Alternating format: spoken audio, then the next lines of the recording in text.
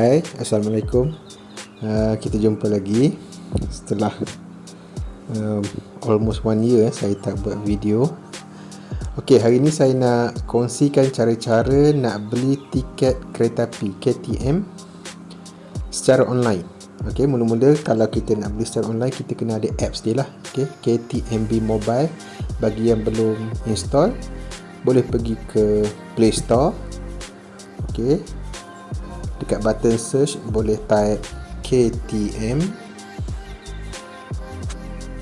ni dia akan keluar lah. Okay, apps KTMB Mobile, kereta api Tanah Melayu Berhad. Okay, macam saya dah install, jadi saya just klik open. Okay, bila kita dah masuk ke dalam apps ni, okay, macam saya ni dari daerah Triang, saya nak menuju ke daerah Kuala Lipis. Okey, dekat atas ni ada bahagian ETS, KTM Komuter Utara, dan shuttle Tebrau. Okey, jadi kita fokus pada ETS. Okey, sekarang ni kita ada bahagian origin, destination, packs, date. Okey, origin ni dekat stesen mana kita nak naik kereta api ni, kita nak bertolak. Okey, macam saya sekarang berada di Triang. Jadi saya pilih Triang. Boleh scroll down untuk cari Triang, ataupun boleh terus type.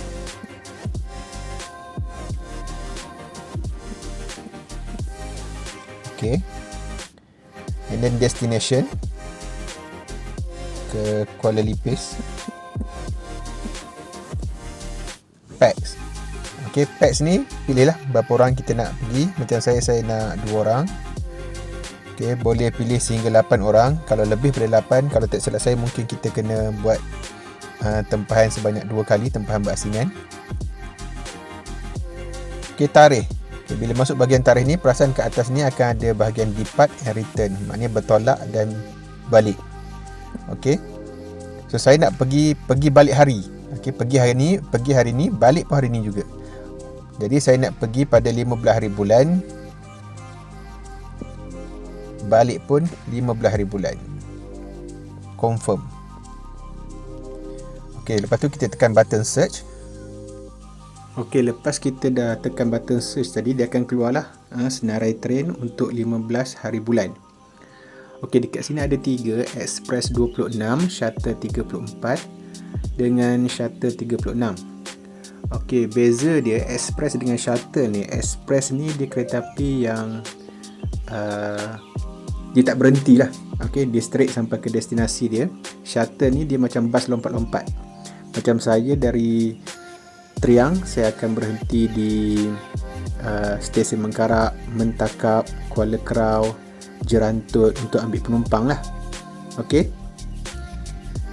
dan dekat sini juga ada di statekan masa bertolak dan juga masa sampai ETA dia. Untuk Express 26, masa bertolak anggaran dalam 3.20 pagi sampai pukul 6.01 pagi.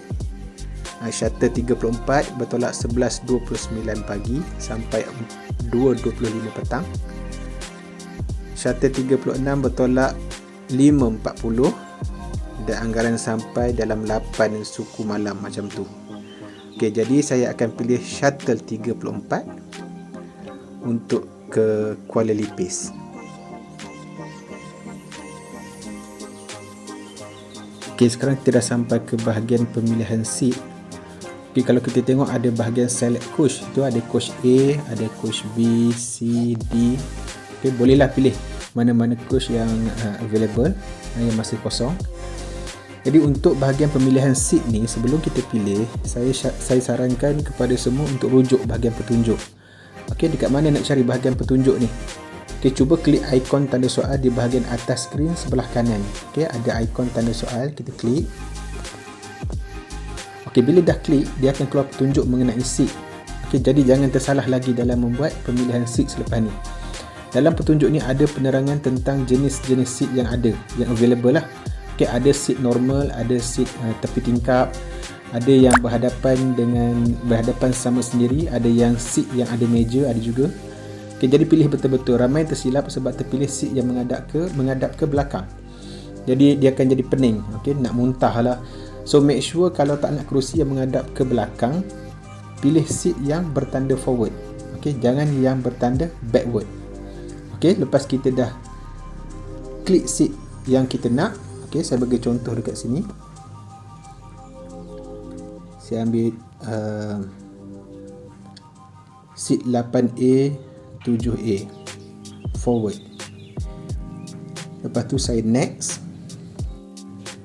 Okey, bila kita dah pilih seat tadi, maknanya settle lah tempahan perjalanan kita dari Triang ke Kuala Lipis. Sekarang kita nak ulang benda yang sama untuk perjalanan balik pula dari Kuala Lipis ke Triang.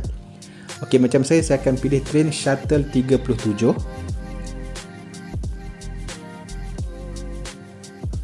Okey, train ni akan bertolak dalam jam 4.10 petang. Kalau tadi saya tiba di Lipis jam 2.30 lebih kurang 2.30 petang. Maknanya saya hanya ada masa almost 2 hours untuk makan, solat, jalan-jalan, ambil gambar dan sebagainya lah. Jadi gunakan masa sebaiknya dan jangan sampai terlepas train. Okay, selepas kita pilih train, kita ulang juga step pemilihan seat sekali lagi. Jadi kita pilih sebagai contoh, saya pilih seat 1D dan 2D.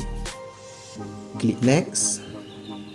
Okey, selepas selesai pilih seat tadi, kita kena isi maklumat setiap penumpang bergantung kepada jumlah tiket yang kita beli tadi. Kalau 2 orang lah, kalau 5 orang, 5 lah maklumat yang perlu kita isi. Jadi kalau anda dah register dalam apps ni seperti saya, anda boleh terus klik checkbox dekat atas tu, I am travelling. Jadi dia terus akan keluar details yang kita dah save, tak perlu kita type semula. Kemudian kita boleh terus pilih jenis tiket. Okey, saya pilih tiket dewasa. Dan kalau ada promo code, boleh isi pada bahagian promo code, sebab kadang-kadang KTM ada buat promo code, jadi dapatlah diskaun sikit dari segi harga. Okey, kalau tak ada, kita terus tekan button next. Okey, kita isi maklumat penumpang seterusnya. Okey, setelah selesai kita pilih tiket jenis dewasa juga dan klik payment.